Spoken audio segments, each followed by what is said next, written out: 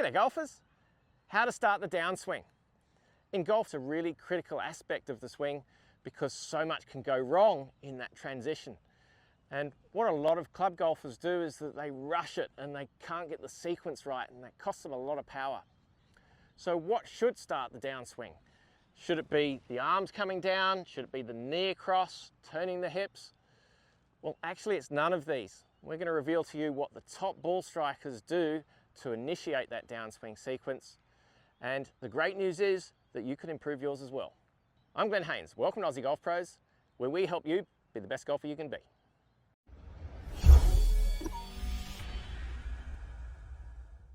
If we have a look at my transition sequence here from face on, we can see that there seems to be a bump, a shift forward, and that's definitely true. The top golfers will shift from the back foot to the front foot and have a little bit of a bump with the hips, but it's only part of the story. Let's have a look from down the line. So as a reference for you, I've got the stick there in place to give you an idea of what I'm trying to do in the transition. I'm making a pressure shift, yes, but the goal here is to push the hips away from the golf ball. And that's really critical because we need that space in the downswing to swing freely and to rotate through more easily and square up the club face more easily. If we have this tendency to move the knees or the hips towards the golf ball, we're early extending and we're losing a lot of space through impact. We tend to get very high with the hands, and then we're just trying to control the club face with the hands. And that's not very consistent. We lose a lot of club head speed that way as well. Our goal here, and if you think Tiger Woods is doing anything else with this drill, our goal here is to push away from the ball, get the knees and hips away, create that space. And it's not really about just turning and spinning through, it's just creating that space. The amount of rotation of the hips varies from golfer to golfer on tour. The more flexible guys will turn more, or girls, but those that are not flexible can still do this move, can still create that space. And as we saw with Tiger's drill there, it's all a case of just pushing away. And that pressure is from the ground. It's in the balls of your feet here, pushing away, pushing the hips away from the target as we bump forward. So it's a diagonal motion.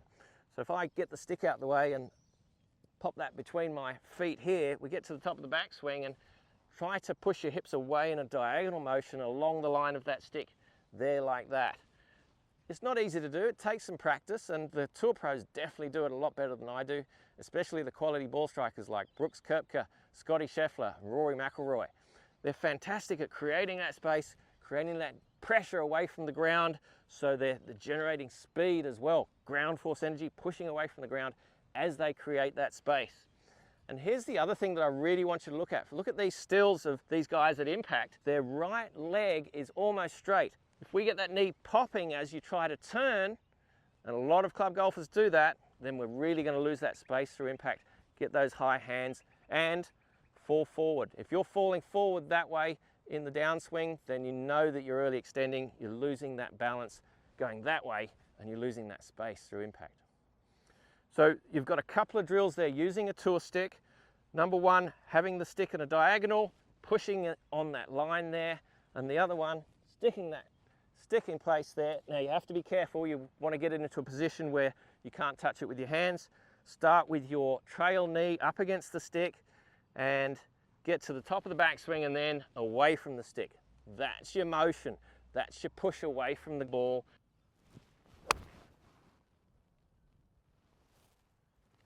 Maybe just touch the stick on the way through. I definitely don't do it as well as those top ball strikers, but I was fairly happy with the space I created and I kept my balance. That's not all the right hip for a right-hander does in the golf swing. It's such a critical aspect of the golf swing, and what it does throughout really does change and help us with a lot of things if we can move that right hip very effectively. So watch this video next to learn how that happens. There's your free download from all the notes and images from today's lesson. Thanks so much for watching. We'll see you next week. Are you the best golfer you can be?